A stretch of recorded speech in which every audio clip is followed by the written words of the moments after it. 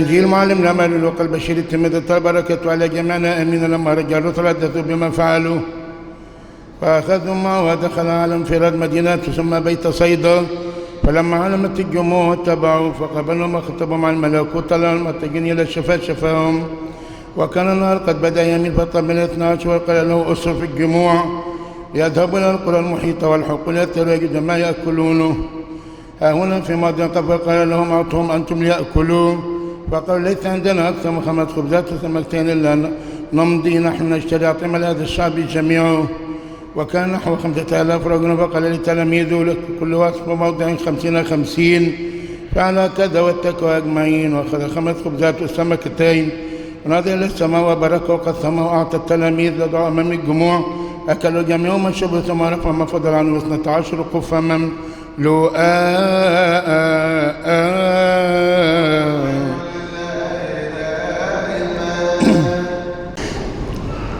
شوفوا بيقول ايه انجيل لوقا 9 ان ربنا اختار التلاميذ وارسلهم ومضوا الى كل مدينه وكانوا يقولوا سلام. وقال لهم لا تحملوا كيسا اكل ولا مزود كيس نقود ولا مزود اكل ولا احذيه. علاقات ربنا ما يهموش العلاقات العالميه في خدمته في الكرازه، يهموش ابدا. امال يهمه ايه؟ علاقه الناس بتوع السماء، علاقه الناس بتوع السماء. يعني يهمه انسان مثلا له علاقه مع الشهيد العظيم ماري جرجس، راعي له علاقه مع البابا كيرلس السادس، إنسان لاهوتي له علاقة مع البابا أثناسيوس الرسولي، مش ليس له علاقة مع رؤساء هذا العالم. لا تتكلوا على الرؤساء ولا على بني البشر تأخذ جروحهم منهم حينئذ تهلك كافة أفكارهم.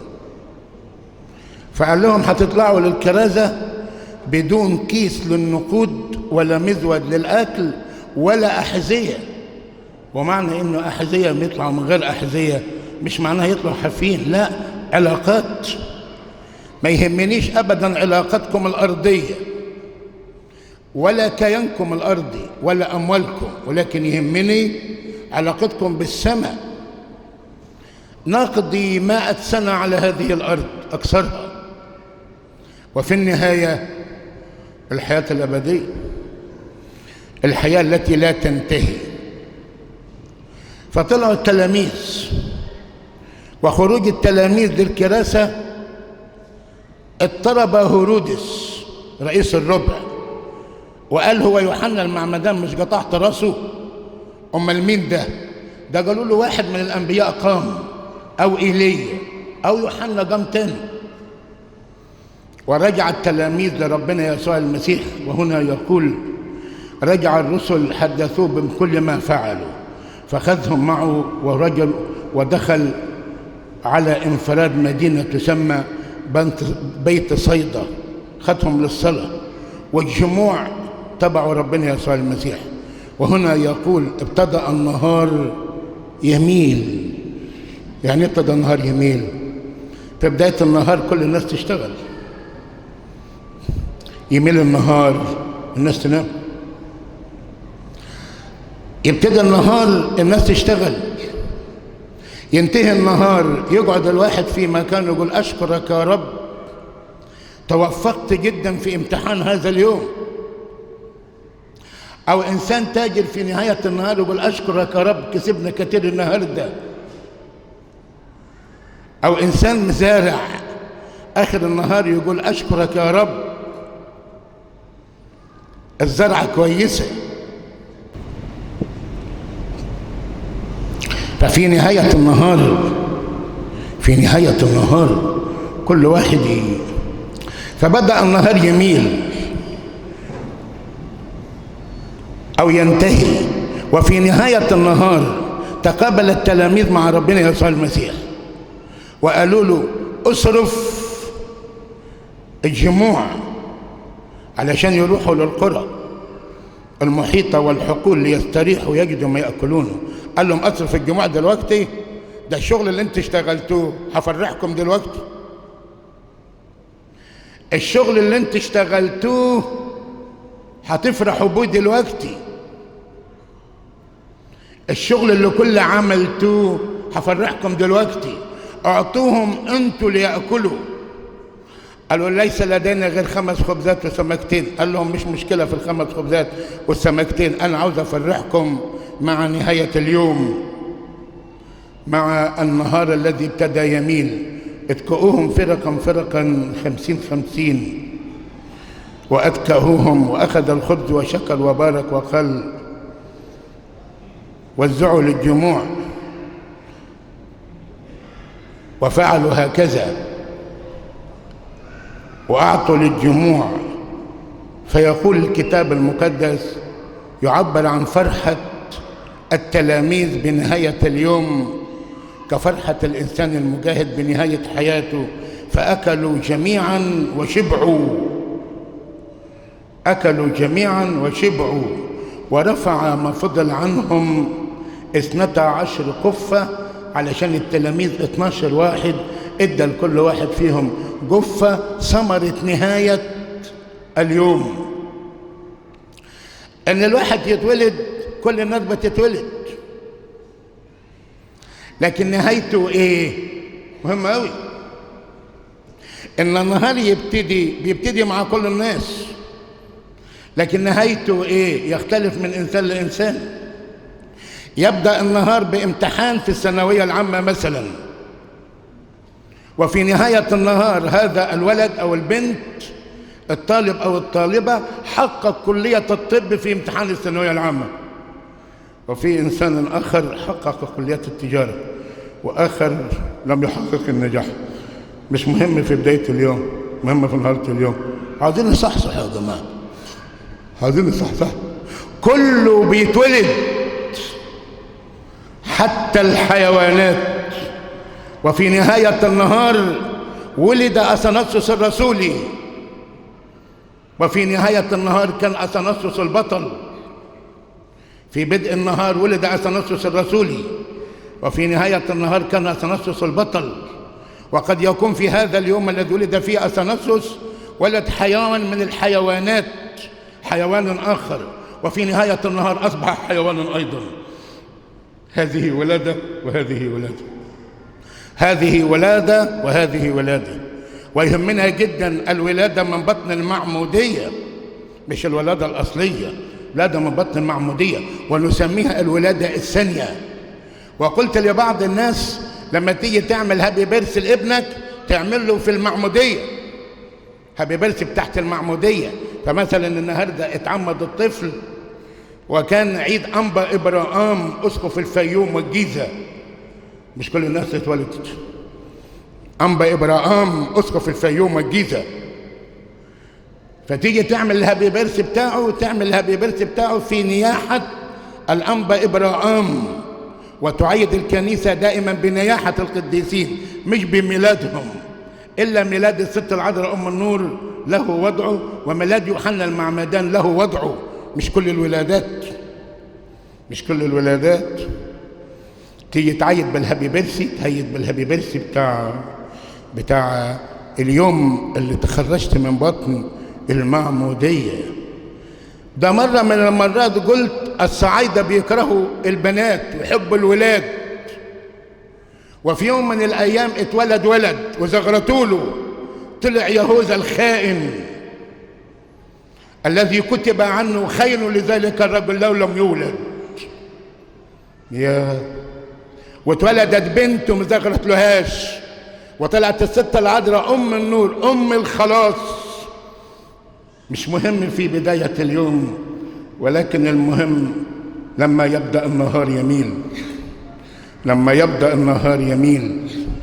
بدأ اليوم في حياة يوسف الصديق، ولد صغير دلوعة بقميص ملون، وابتدأ النهار يميل، وإذا يوسف أول وزير تموين للشرق الأوسط.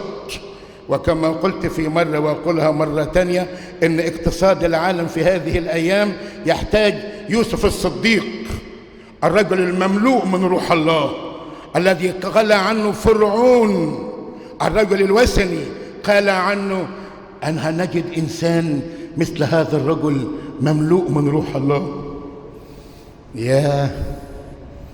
يا امبارح أو أول أمس تنيح الرجل العظيم بطل الرهبان الأنبا ساويرس، رئيس وأسقف دير المحرق، الذي استقينا منه الجرعة الأولى في الرهبان. فولد الأنبا ساويرس في ملوي باين أو في بحري، وابتدأ أنبا ساويرس في الرهبنة، وأخذ رتبة أسقف رئيسا للدير المحرق العامل، وابتدأ النهار يميل ونيافة الأنبا ساويرس رئيس لدير من أكبر الأديرة. وتخرج من هذا الدير عدد كثير من الآباء الأساقفة، ويوجد في هذا الدير عدد كبير من الآباء الرهبان الأتقياء. وابتدأ النهار يميل ويقدم للكنيسة الأنبا ساويرس رئيس الدير المحرق مع آباء أساقفة وآباء رهبان. ولما تنيح الأنبا ساويرس من قبل أمس أخذ معه كل هذا ليقدمه أمام الله. هو كل يبتدأ النهار يميل على كل الناس واحد؟ لا، ابتدأ النهار بولادة موسى، وكان موسى شاب بين الشباب يتعامل بطريقته ويقتل المصري ويجي مع أخوه العبراني وتشاجر تاني يوم مع أخوه العبراني أن لا يقتله. وابتدأ النهار يميل وإذا موسى على الجبل يتسلم الشريعة وينزل للناس ويضع على وجهه برقع عشان الناس مش قادرة تبص فيه. وكان وكتب عن هذا الرجل موسى في نهاية النهار كان الرجل موسى يتكلم مع الله كما يكلم الرجل صاحبه فيس تو فيس. هو النهار يميل على كل الناس واحد. ايه رأيكم يا جماعة؟ اتكسفنا احنا قاعدين ولا اتكسفت برضه؟ عشان السن بعد ما يعدي سن 50 يبتدي النهار يميل. في ايه تاني؟ يبتدي يقدم الثمرة. فين الثمرة؟ قدم الثمرة انك لك رتبة كنسية او وظيفة عالمية ومعاك 5 6 ولاد وشات عماير. يا راجل تحط راسك وكله ده مشكلة بالنسبة لك. انا مرة قلت لواحد من الناس الاغنياء قوي، قلت له الرجل الناصح يوزع تركته على اولاده هو حي. ليه؟ هيتخانقوا بعدين يسبوا لك. انت وحي وزعها، ولكن ما تتركه في نهاية النهار لما النهار يميل ثمرة روحية كما ترك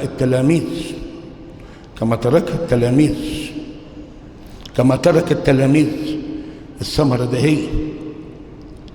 ده بدأ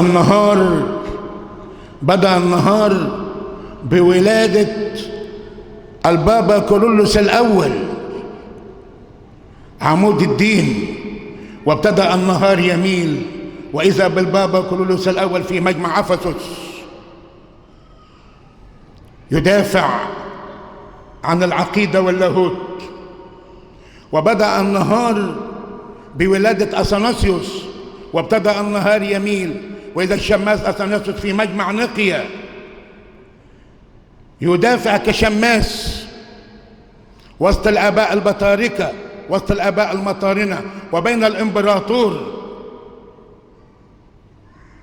وبدأ النهار بولادة ديوسكوروس وابتدأ النهار يميل بوجود ديوسكوروس في مجمع خلق دنيا يدافع عن الطبيعتين والمشيئتين، وهو يقول لا أحيط قيد أنملة عن الإيمان اللي أنا موجود فيه. ده النهار ابتدي مع كل الناس واحد، لكن النهار ينتهي مع كل الناس مش واحد. نهاري ونهارك بدأ بولادتنا، واحنا كلنا كبار دلوقتي، والنهار بيميل خصوصا بالنسبة للناس اللي فوق 50، ولما يميل النهار ماذا قدمت لله؟ ماذا قدمت لله؟ تقف يكابد أم موسى تقدم لله موسى النبي في نهاية النهار، تقف يكابد أم موسى تقدم موسى النبي ترضع ابنها ببيت فرعون بالفلوس.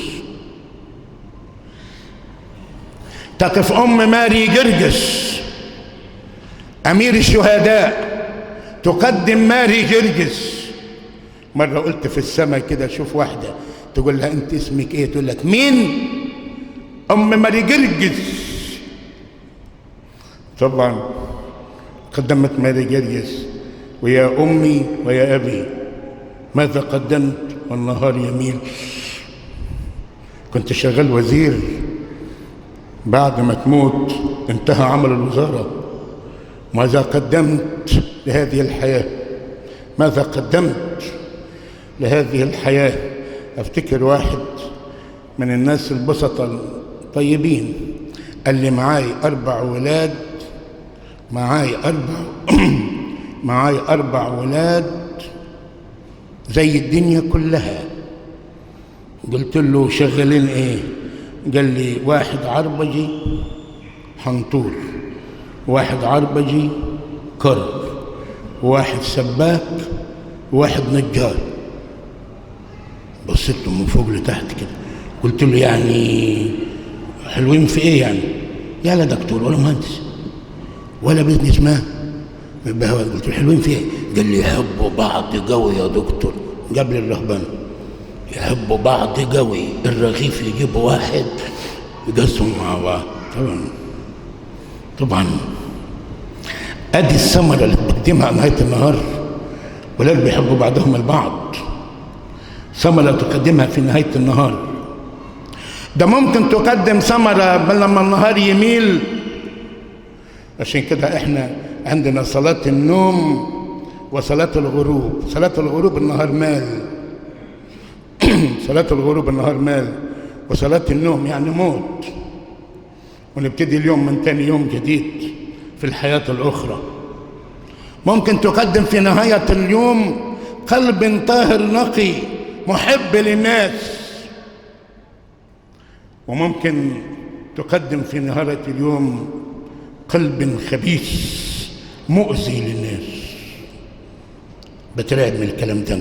أكبر فضيلة يحبها ربنا ويرضى عليا وعلى الناس، وفي نهاية النهار أقول له رضيت يا رب على أرضك إذا كنت محب لراحة الآخرين وغير مزعج للناس. وإحنا نعلم كلنا تماما أن فوق العالي عالي والأعلى أعلى منهما يلاحظ. واللي تخلي الدمعة في عينيه ربنا هيخلي الدمعة في عينيك. ومن يحفر حفرة لأخيه يسقط فيها. وكفاية قوي إنك تنام في نهاية النهار ولا يكون بينك وبين آخر خبث ولا مكر ولا ضغينة. وعشان كده قال غير مجازين عن شر بشر ولا شتيمة بشتيمة، بل بالعكس مباركين عالمين إن لهذا دعيتم. يعني ايه دعيتم؟ تشتموا ما تشتموش، وتظلموا ما تظلموش، وتضطهدوا ما تضطهدوش. بهذا ترثوا بركة. ونهاية كل واحد نهاية كل واحد. افتكر سيدنا الأنبا ساويرس ربنا ينيح نفسه كان يجي في الأيام زي دي بأيام موسم الأنبا شنودة. ومرة قلت له سيدنا هصلي قداس. قال لي لا لا لا لا لا، أنا لما أصلي قداس أصلي رفع بخور عشية وأقعد بيني وبين نفسي وأصلي تسبيحة نص الليل واقعد بيني وبين نفسي واصلي رفع بخور باكر، وبعد كده ادخل القداس بيني وبين نفسي واخلص القداس، وبعد كده اخد خلوه. الله الله على الرهبان، الله هنيئا لك يا سيدنا أنبا ساويرس، إن القلب يبكي عليك وليس العين، لأنك راهب من الدرجة الأولى من القرن الرابع الميلادي، عشت الرهبنة كرهبنة، وكنت شيخ شيوخ الرهبان، وأحببت كل الرهبان، ولم يشعر بوجودك في دير الرهبان، وكل راهب في عمله يرعون في محبتك. ولما بدأ النهار يميل قدمت الدير المحرق بحوالي 250 راهب، ومنهم آباء أساقفة ومنهم ناس. مش كل نهار يميل مع كل واحد، مش كل نهار يميل مع كل واحد. شوفوا يا جماعة، ماري إسحاق السورياني قال كده: اليوم اللي عدى عليك تشوف فيه فيما أخطأت وفيما أصبت لا تحسبه من عدد أيام حياتك. شوفوا يا جماعة، ماري إسحاق السورياني بيقول كده لنا كلنا، الكلام ده لنا كلنا. اليوم اللي عدى عليك ما تحاسبش نفسك فيما أخطأت وفيما أصبت لا تحسبه من عدد أيام حياتك. تيجي في نهاية اليوم في الليل: أنا رب زعلت حد أصلحه، أنا رب حد شتمني زعلان منه لا سامحه، أنا رب ظلمت حد أرد له 4 أضعاف، أنا رب تعبت حد أحاول أريحه. إذا كنت راضي عني أنام، وإذا كنت مش راضي عني أنام. أعمل إيه؟ يقول: لا تغرب الشمس على غيظكم. تكون متغاظ وتيجي في الليل تشوف أنت متغاظ ليه. أخذوا حقي، مبروك عليهم. شتموني، الله يبارك لهم. شتمتهم، أحاول أراضيهم وأقول: رضيت يا رب على أرضك. ربنا يسوع المسيح أرسل التلاميذ، ربنا يسوع المسيح أرسل التلاميذ للخدمة للكرازة، وابتدأ النهار يميل، وقالوا له: إحنا مشي الجماعة دول هم. قال لهم: لا، ده أنا عاوز أفرحكم بنهاية اليوم، ونهاية اليوم بالنسبة لكم أوريكم البركة. الله الله الله. لما اقعد يا ماما، اقعدي اقعدي، انت بنت اقعدي. ايه ده؟ الله، اخر اليوم لما الواحد ينام وباله مستريح. عشان كده الشرط الوحيد لحضور القداس: إذا وضعت قربانك على المذبح وتذكرت أن لأخيك شيء عليك، اترك قربانك النهارده وروح صالح أخوك وتعال صلي الحد الجاي يا أخوي، لئلا تكون صلاة غير مقبولة. ده أحيانا ربنا ما يقبلش خش صلاة كاهن على مذبح. وعشان كده كل الآباء بكل الرتب قبل بداية القداس يعمل مطانية للشعب، يقول لهم: أخطيت سامحوني، هل يكون حد زعلان مني؟ هم الواجب يقولوا له: اسكننا بصلواتك، مش حد يقول حاجة تانية، يقولوا. لكن المهم يقول لهم: أخطيت سامحوني، ويقول للي حواليه: أخطيت حلوني. يأخذ الحل من الإكريروس لألا يكون حد من الإكريروس زعلان منه، ويأخذ السماح من الناس والصلاة من الناس. فبقال لهم: لا، نهاية النهار ده انتوا عايزين تمشوا الناس، ده انا عاوز افرحكم. ادوهم ياكلوا. قالوا له ما عندناش اكل، ده عندنا 5 خبزات وسمكتين. قال لهم ده انا عاوز اقعدكم عشان 5 خبزات وسمكتين. عندكم كم واحد؟ قالوا له 5000 ما عدا الاطفال والنساء. ما عدا الاطفال والنساء؟ ده المكان اللي فيه 5000 راجل تلاقيه في 15000 ست وعيش، ما عدا الاطفال والنساء. قال لهم نو بروبلم، انا عاوز افرحكم، اتكؤوهم فرقا 50 وتعالوا اديكم وادوهم.